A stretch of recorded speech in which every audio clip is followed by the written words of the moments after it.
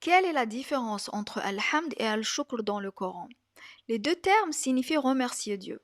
Mais si tu fais la distinction entre les deux, que tu sais les employer, sache que ça va impacter positivement ta vie spirituelle, ta relation à Dieu, et puis que ça va débloquer encore plus de faveurs sur toi. Alors, Al-Hamd, où est-ce qu'on trouve l'Hamd dans le Coran? C'est dans Surat Al-Fatiha. C'est curieux que Dieu ait commencé par Alhamdulillahi Rabbil Alamin. C'est-à-dire que notre relation avec Dieu doit commencer par Al-Hamd, par le fait de le remercier pour ses faveurs. Parce que Dieu, quand il nous a créés, il nous a pas créés sans rien.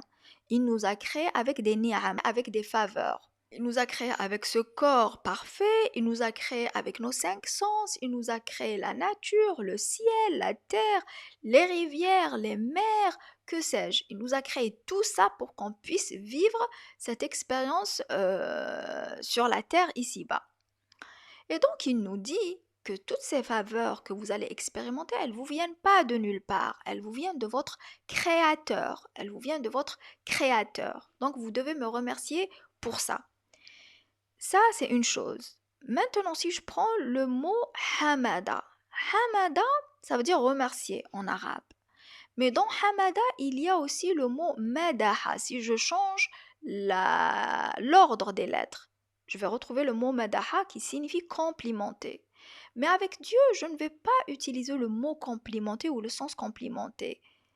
Je vais utiliser le mot athana. Athana, c'est un niveau supérieur à complimenter. Comme par exemple, avant, les poètes, quand ils écrivaient des poésies pour les rois, ils commençaient par faire al-thana, c'est-à-dire parler des qualités exceptionnelles de ces rois qui peut-être n'en avaient aucune.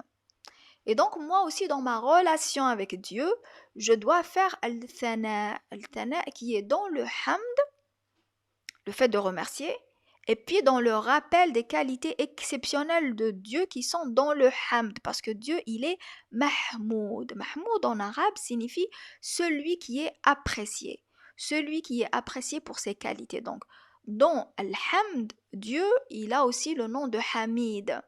Hamid, donc c'est quelqu'un qui est apprécié pour ses qualités exceptionnelles, exceptionnelles. Et c'est pour ça que le bon musulman, c'est celui qui fait Alhamd, quelle que soit la situation. Pas uniquement pour les choses que Dieu lui donne qui lui semblent positives. Non, il lui dit Alhamdulillah tout le temps, tout le temps, tout le temps, quelle que soit la situation.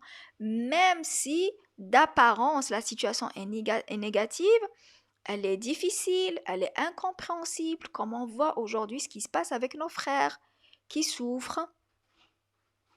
Mais parce qu'ils ont Alhamd en eux, parce qu'ils disent Alhamdulillah, parce qu'ils vivent avec leur cœur Alhamdulillah, comme le vivaient nos grands-parents. Par exemple, mes deux grands-mères ne savaient pas lire le Coran, mais elles disaient Alhamdulillah du matin jusqu'au soir, pas avec la langue, avec le cœur, c'est-à-dire qu'elles étaient conscientes qu'elles devaient remercier Dieu pour tout ce qu'il leur donnait, tout ce qu'il leur donnait.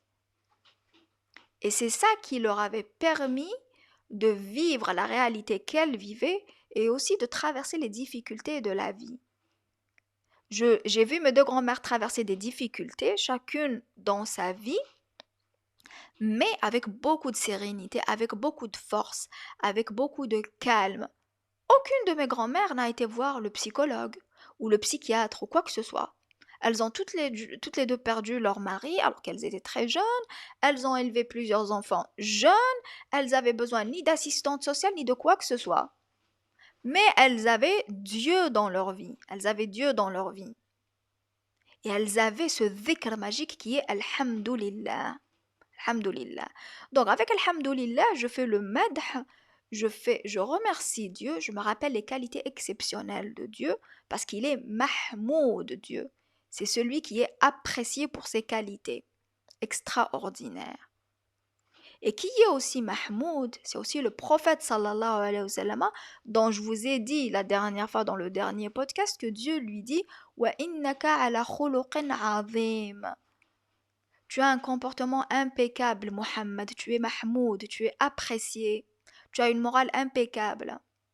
Et le prophète sallallahu alayhi wa sallam, il a été reconnu comme prophète, non à cause des miracles qu'il faisait, ou que Dieu lui faisait, non, à cause de son comportement impeccable, parce qu'il était sadiq, il était honnête, il était amin, il faisait la tijara pour Khadija radiyallahu anha, mais il était amin, il était très honnête. Et donc tout le monde voyait ça en lui. Tout le monde voyait ça en lui et c'est pour ça qu'ils l'ont reconnu comme prophète, à cause de ses qualités exceptionnelles. Et c'est pour ça que Dieu l'a appelé Muhammad. Donc, on fait le hamd, on remercie Dieu et on se rappelle ses qualités exceptionnelles. Et que fait le dhikr quand on fait al-hamd? On se rappelle tout le temps Dieu. Dieu descend sa miséricorde sur nous. Il descend sa toma'nina sur nous. Qu'est-ce que ça fait? Comme parlent les gens de l'énergie, ça élève c'est comme si ça élevait notre vibration, ça rendait notre état d'être beaucoup plus léger, beaucoup plus positif, beaucoup plus tourné vers l'espérance et l'espoir. Maintenant, al-shukr. Maintenant, al-shukr. Al-shukr, ça vient de shakara. Dans al-shukr, il y a al-hamd, le fait de remercier Dieu. C'est-à-dire quand je fais shukr, je dis mon Dieu merci. Quand je fais al-shukr à quelqu'un, je lui dis merci pour ce que tu m'as donné. Mais dans al-shukr, il y a aussi un fa'l, un acte. C'est le fait de remercier Dieu par l'emploi des faveurs que Dieu m'a données pour la glorification de Dieu. Et c'est ça ce que beaucoup de musulmans ne font pas. C'est-à-dire qu'ils pensent qu'ils sont là sur terre juste pour recevoir les faveurs de Dieu. C'est pour ça que tout le monde veut faire l'istighfar et veut lire Surat al-Baqarah, parce qu'il veut recevoir des faveurs de Dieu. Mais Dieu te dit aussi que si tu fais ash-shukr in shakartum la azidannakum, c'est-à-dire que si tu fais shukr comme je te le dis, je vais multiplier les faveurs sur toi. Comment je fais al-shukr? Je remercie Dieu en utilisant les faveurs qu'il m'a données pour sa glorification. J'ai de la force, j'utilise ma force pour glorifier Dieu, pour le bien-être, pour mon bien-être à moi, pour le bien-être des gens, pour le bien de la terre et de l'environnement et de tout. Et c'est pareil pour toutes les faveurs que Dieu m'a données. Et chaque shukr dans le dictionnaire, il veut dire aussi la profusion. On dit shakarat ash-shajara. Shakarat ash-shajara, ça veut dire c'est comme si l'arbre s'est multiplié. On dit aussi shajara shakur. On dit par exemple shakarat as-sahaba. Shakarat as-sahaba, vous vous rendez compte? As-sahaba, c'est le nuage. Le nuage, as-sahab, quand il fait ash-shukr, il se remplit de pluie, se remplit d'eau. Donc, il faut se rappeler que dans al-shukr, il y a la profusion, il y a la multiplication. Et Dieu, il a cette qualité, il a le nom de shakur, il a cette qualité de shakr, le fait de multiplier les choses. Et donc, si tu veux que les faveurs se multiplient dans ta vie, il faut que tu utilises les faveurs que Dieu t'a déjà données dans la glorification de Dieu. C'est-à-dire que tu fasses le infer de ce que Dieu t'a donné pour glorifier Dieu.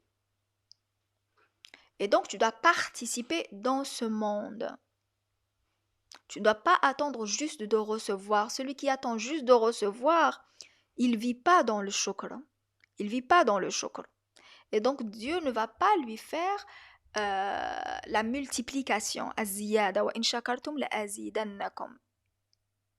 Donc, quelqu'un qui veut pratiquer, par exemple, l'istighfar, mais il ne fait pas al-shukr, il va pas utiliser ses faveurs, tout ce que Dieu lui a donné comme faveur, peut-être qu'il ne les connaît pas, peut-être que tu as des ni'am que Dieu t'a donné, mais que tu ne les connais pas, tu ne les as pas découverts, parce que tu penses qu'elles sont trop banales, qu'elles sont trop futiles, qu'elles sont trop, comment dirais-je, qu'elles n'ont pas de valeur.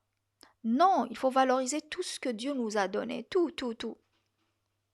Et quand tu vas valoriser les ni'am que Dieu va te donner en les utilisant, là, Dieu va encore plus multiplier les faveurs qu'il peut te donner. Ça, c'est une promesse de Dieu et on doit croire dans les promesses de Dieu. On doit croire dans les promesses de Dieu. Donc, Alhamd, c'est remercier et se rappeler les qualités exceptionnelles de Dieu. Et ça fait descendre la miséricorde de Dieu sur nous. 2. Ash-shukr, c'est voir les ni'am de Dieu. Je remercie Dieu et je lui dis à Dieu, je vais utiliser ces ni'am pour te glorifier. Par exemple, les gens qui ont des beaux enfants. Tu as de beaux enfants, tu dois bien les éduquer. Tu dois les éduquer sur la voie de Dieu pour qu'ils deviennent de très très bons musulmans. Voilà pour aujourd'hui. N'oubliez pas de liker, de vous abonner, de commenter pour soutenir le podcast et de m'attendre dans le podcast prochain. À très bientôt.